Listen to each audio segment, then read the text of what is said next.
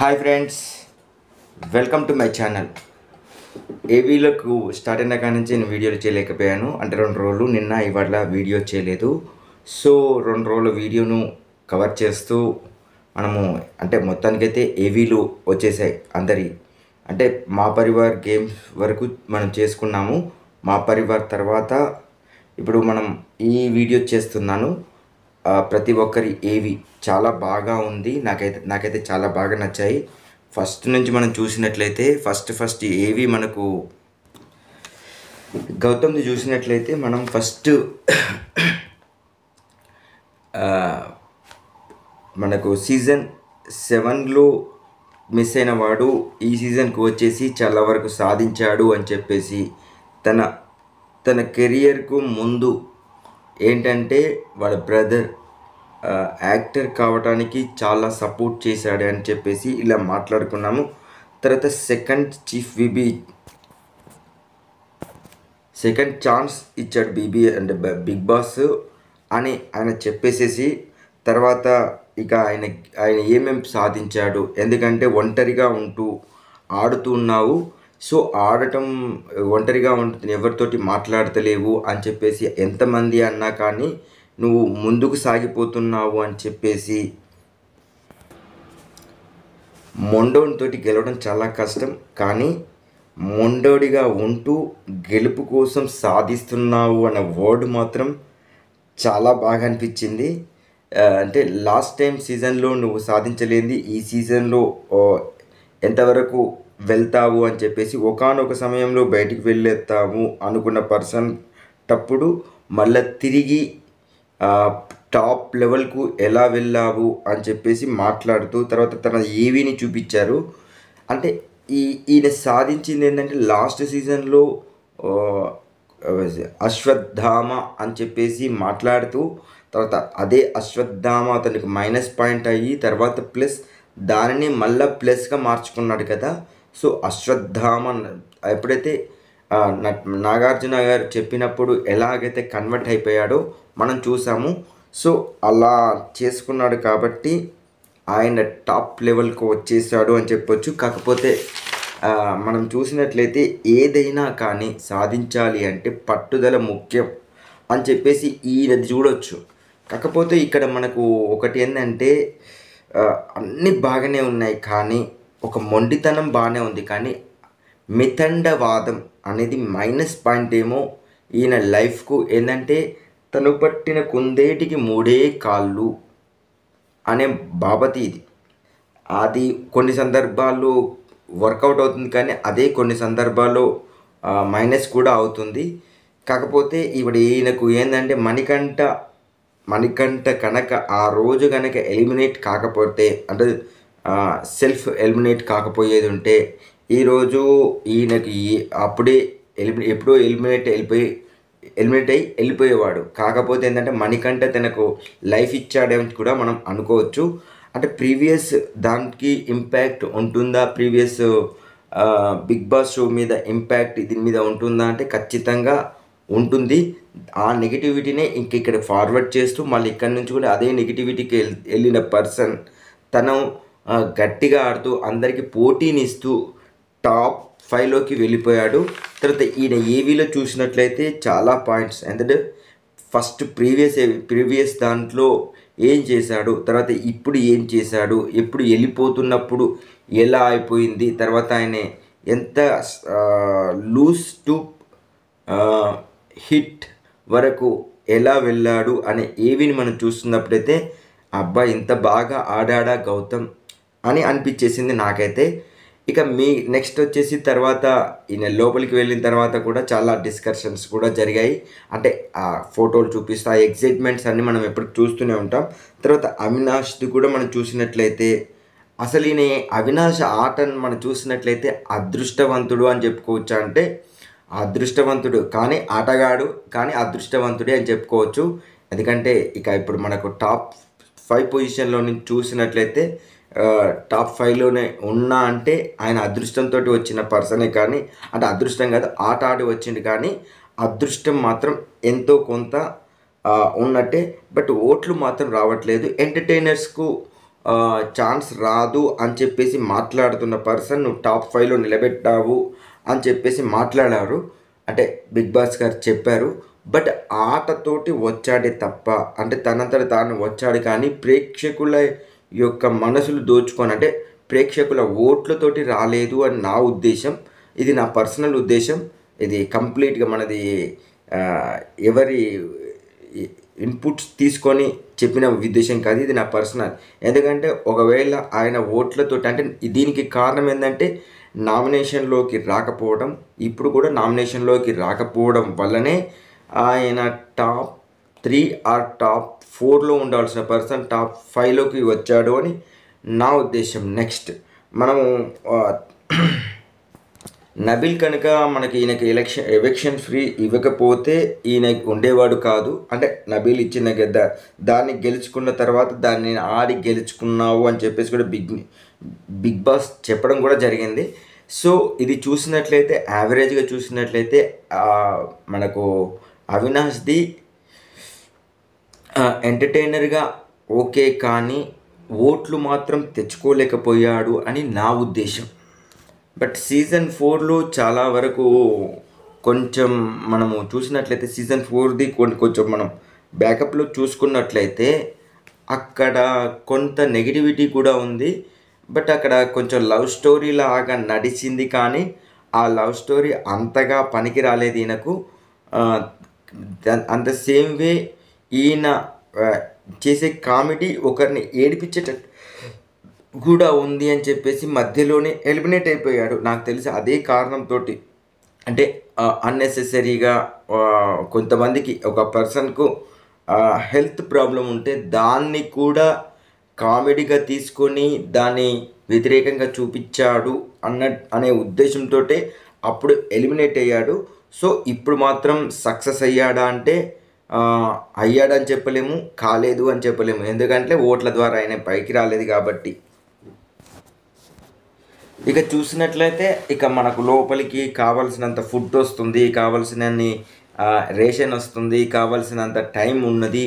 తర్వాత ఎంటర్టైన్మెంట్ అంటే ఈ వీక్ మొత్తం మనకు లాస్ట్ వీక్ ప్రతిసారి కొద్దిగా బోరింగ్గా ఉండేది. బట్ ఈసారి ఏంటంటే మా పరివార్ తోటి గేమ్స్ పెట్టేసి అమౌంట్ను పెంచుకుంటూ వచ్చేసారు.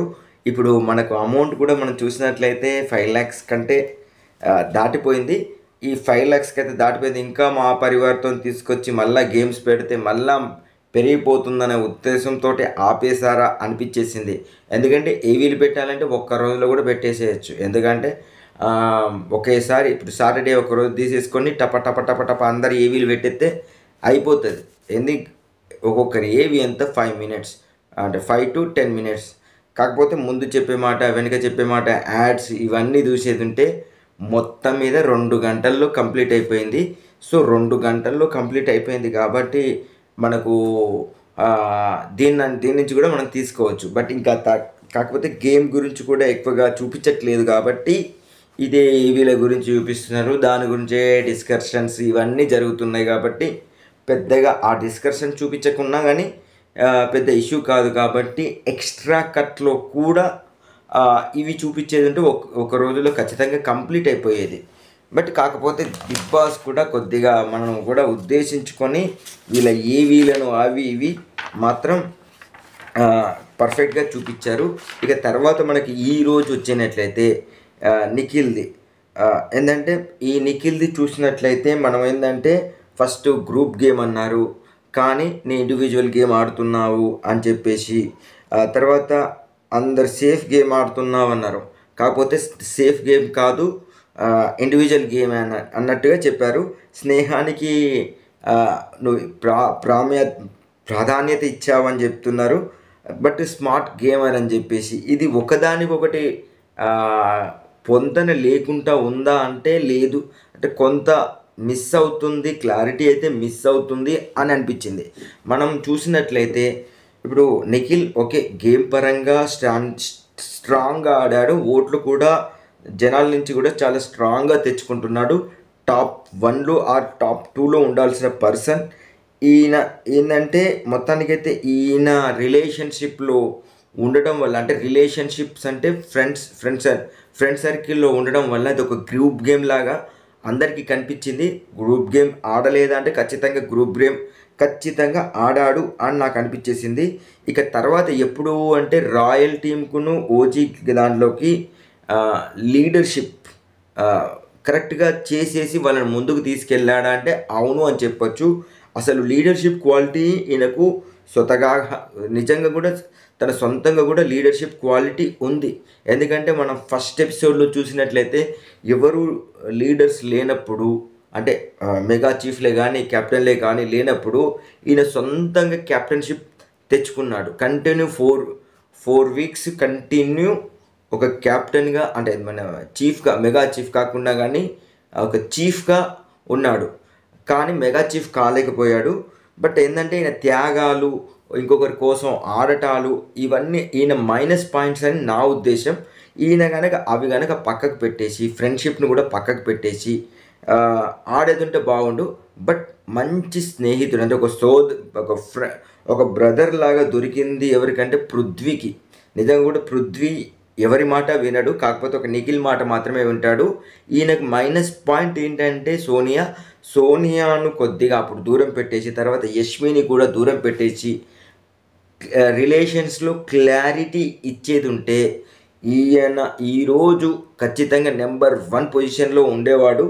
అది ఆటకు కొద్దిగా మైనస్ పాయింట్ ఏమో అనిపించేసింది. ఒకవేళ ఎక్కడైనా తేడా కొట్టిందంటే ఈ 2 పాయింట్లతో మాత్రమే ఆయనకు తేడా కొట్టింది. కానీ లేకపోతే అవి కూడా పక్కకు పెట్టేది ఉంటే సేఫ్ గేమర్ కాదు అని కూడా ఖచ్చితంగా గ్రూపులు సేఫ్ గేమ్లు ఇది ఆడకపోయేది ఉంటే సూపర్గా అసలు ఇక కళ్ళు మూసుకొని నిఖిల్ ఫస్ట్ అని అనుకునే వాళ్ళం మనం. తర్వాత ఆయన ఏవి చూపించారు, ఏవి కూడా మనకు చూస్తున్నట్లయితే సోనియా కొద్దిగా, తర్వాత పృథ్వీ కొద్దిగా, తర్వాత ఈ యష్మి కొద్దిగా తినేసిన్లు. ఎప్పుడైతే సీత వచ్చి మాట్లాడిన తర్వాత ఇండివిజువల్ గేమ్ లాగా వచ్చినట్టుగా ఏవీలో చూపించారు. మరి నేను ఏవీని చూసి మాత్రమే చెప్తున్నాను, ఇది నా ఉద్దేశం. తర్వాత ఇక మొత్తానికైతే ఇది ఇలా జరిగిపోయిన తర్వాత నెక్స్ట్ మనకు వచ్చేసి ప్రేరణను చూపించారు. నిజంగా కూడా ఒక ఆడపులి అంటే సోనియా పెట్టుకుంది, కానీ ఆ ఆడపులి సోనియా కాదు, మనకు ప్రేరణ అని చెప్పేసి నేనైతే ఎప్పటి నుంచో అనుకుంటున్నాను. ప్రేరణ గేమ్ అంటే కూడా నాకు చాలా ఇష్టం. సో ఆ ప్రేరణ గేమ్ కూడా చాలా మనకు చూసినట్లయితే ప్రతి గేమ్లో కూడా తనదంటే సత్తా చూపించింది. బట్ ఒక మైనస్ పాయింట్ అంటే నోటి దూల. ఈమె నోటి దూల లేకపోయేది ఉంటే సూపర్ గేమర్. అదే తనకు మైనస్ పాయింట్ అంటే అవును అని చెప్పొచ్చు. ఎందుకంటే నోటి దూల లేకపోయేది ఉంటే కప్పు గెలవడానికి 3rd పర్సన్ అని చెప్పేసుకోవచ్చు, 3rd పొజిషన్లో ఉండొచ్చు. బట్ నబీల్ స్మార్ట్నెస్ వల్ల ఈమె కొద్దిగా వెనకపడిందా అంటే అవును అని చెప్పొచ్చు. ఇప్పుడు 3rd or 4thలో నబీల్ అండ్ వీళ్ళిద్దరు కొట్టుకుంటున్నారు. కానీ లేకపోతే ఆ నోటి దూల అవి లేకపోయేది ఉంటే ఖచ్చితంగా ఈమె 3rd పొజిషన్లో ఉండేది. అమాయకత్వం ఈమె ఆయుధమా అంటే అవును అని చెప్పొచ్చు. ఎందుకంటే ఎప్పుడు అమాయకంగా ఉంటుందో, ఎప్పుడు టపక్కని పేలుతుందో అర్థం కాని తన గేమ్ను కూడా ఎవరికి అర్థం కాకుండా, ఇప్పుడు ఎట్లయితే మనకు పృథ్వీది గౌతమ్ది ఎట్లయితే అర్థం కాదు గేమ్, ఎవరికి అర్థం కాకుండా గేమ్ ఎట్లయితే ఆడాడో ఈమెది కూడా అలానే ఉంటుంది. ఏ టైంలో ఎలా ఉంటుందో కూడా తెలియలేదు. బట్ మైనస్ ఎక్కడి నుంచి వచ్చిందంటే తను మెగా చీఫ్ కోసం ఫైట్ చేసినప్పటి వరకు నెంబర్ 1లో ఉంది. కానీ మెగా చీఫ్ అయిన తర్వాత తన నోటి దూల వల్ల, తన వీటి వల్ల తను ఖచ్చితంగా మారిపోయింది అని చెప్పుకోవచ్చు. సో తను మెగా చీఫ్గా ఉన్నప్పుడు కొద్దిగా రిలీవ్ ఇచ్చడం, కాకపోతే ఇది బిగ్ బాస్కు నచ్చింది, ప్రేక్షకులకు కొద్దిగా ఇదే డిసప్పాయింట్మెంట్. ఎందుకంటే నిఖిల్ ఫ్యాన్స్ ఉన్నారు, వాళ్ళందరికీ ఇది డిసప్పాయింట్ అని మేము చెప్పేసుకోవచ్చు. ఏంటంటే తను ఖచ్చితంగా ఇదేంటంటే ఇంతమందికి ఖచ్చితంగా రావాలి, ఉన్న వాళ్ళందరూ ఫుడ్ తినాలి. ఆమె మైనస్ పాయింట్ ఏంటంటే ఎక్కడ అంటే కిచెన్ డిపార్ట్మెంట్లోకి వెళ్ళకపోయింటే, కిచెన్ డిపార్ట్మెంట్లో తను కనుక ఉండకపోయేది ఉంటే ఖచ్చితంగా ఈరోజు పర్ఫెక్ట్గా ఉండేదేమో అనిపించింది. ఎందుకంటే సిగ్గు లేదా ఇలాంటి మాటలు మాట్లాడటం ఇవన్నీ మనం చూసాం కదా, అక్కడి నుంచే స్టార్ట్ అయింది. అబ్బా తను కిచెన్లో లేకపోతే బాగుండు అని ఇంటి సభ్యులకు అనిపించింది. అరే చిన్న చిన్నవి వదిలేస్తే బాగుండు కదా అని చెప్పేసి ప్రేక్షకులకైనా మాకు కూడా అనిపించేసింది. బట్ తన ఏవి చూసినట్లయితే మొత్తానికైతే అవే పాయింట్లు అప్పుడప్పుడు కనిపించాయి, కానీ మిగతా ఆట మొత్తం పర్ఫెక్ట్గా అనిపించేసింది. ఇక నెక్స్ట్ వరంగల్ షేర్ ఆయా అనుకుంటే లోపలికి వచ్చాడు. లైక్ షేర్ సబ్స్క్రైబ్ అనే కాన్సెప్ట్ తోటి ముందుకు వచ్చి 9 సంవత్సరాల కష్టాన్ని ఇప్పుడు గట్టిగా నిలబడేసి ప్రతి ఒక్కరికి తెలుసు అంటే ప్రతి ఒక్కరి ఇంట్లో, అంటే ఎవరైతే బిగ్ బాస్ చూస్తుంటారో వాళ్ళందరి ఇళ్ళలో ఈరోజు నబీల్ చేరాడు అని చెప్పేసి మాట్లాడాడు. నబీల్ చూసినట్లయితే మనం గేమ్ చూసినట్లయితే ఫస్ట్లో చాలా స్ట్రాంగ్గా ఉండేది, అంటే ఖచ్చితంగా స్ట్రాంగ్గా ఉండేది. తర్వాత మధ్యలో ఎప్పుడైతే వీళ్ళు వైల్డ్ కార్డ్ ఎంట్రీ అయ్యారో అప్పటి నుంచి కొంచెం చేంజ్ అయింది. అక్కడి నుంచి కొంచెం సేఫ్ గేమ్ ఆడాడు కొద్ది రోజులు, అంటే నామినేషన్లోకి రాకుండా ఎవరిని పటాయిస్తే మనం నామినేషన్లోకి రాము అన్నట్టుగా తీసుకొచ్చేసాడు. బట్ తర్వాత ఆయన రియలైజ్ అయిపోయి తర్వాత ఓహో ఎప్పుడైతే గౌతమ్ బయటికి వెళ్తాడు అనే ఉద్దేశం చూసాం కదా, ఆ మూమెంట్లో తను ఎట్లయితే సేఫ్ అయిపోయాడో అప్పటి నుంచి గేమ్ మీద కాన్సన్ట్రేషన్ చేశాడు. సో అది కూడా చిన్న డిసప్పాయింట్మెంట్ అనుకోవచ్చు. తర్వాత అవినాష్ మనం చూసినట్లయితే మనం అవినాష్కు ఎవిక్షన్ షీల్డ్ ఇచ్చడం ఒక త్యాగం అని చెప్పేసుకోవచ్చు. ఇంకొకటి ఏంటంటే గేమ్స్ వచ్చినప్పుడు నామినేషన్లో ఈయనకు ప్లస్ పాయింట్ పక్కవారిని మాట్లాడించకుండా తన మాటకు నెగ్గేటట్టు చేసుకోవడంలో నెంబర్ తిట్ట. ఆ పట్టుదల మాత్రం పర్ఫెక్ట్ అనిపించుకుంది. అదే కూడా బిగ్ బాస్ చెప్పాడు. ఇట్లా మనం చూసినట్లయితే వీళ్ళ ఏవీలు కూడా కంప్లీట్ అయిపోయాయి. చూసారా, నేను ఒక 15 నిమిషాల్లో వాళ్ళ ఏవీలు మొత్తం చెప్పేశాను. బట్ బిగ్ బాస్ తలుసుకుంటే 1 అవర్లో 2 అవర్స్లో అనేది 1.5 అవర్లో మొత్తం ఏవీలు చూపించేవాడు. సో ఏవీలు మనం రాలేదు అరే ఫస్ట్ నుంచి సోమవారం నుంచి చూస్తున్నాను, అంటే ఏవీలు కాకుండా గేమ్స్ పెట్టేసుకుంటూ పోతున్నారు అని చెప్పేసి కొంచెం డిసప్పాయింట్మెంట్లో వేరే వర్క్ చేయడం వల్ల నేను వీడియోస్ చేయలేకపోయాను. సో మొత్తానికైతే ఏవీలు వచ్చిన కాడి నుంచి అయితే మొత్తానికి ఈ వీడియోలో నేను కవర్ చేసేసాను. ఇక మనకు రేపు అంటే ఆల్మోస్ట్ ఇవాళ వచ్చేస్తుంది వీడియో వచ్చేవరకు ఈరోజు అనుకోవచ్చు.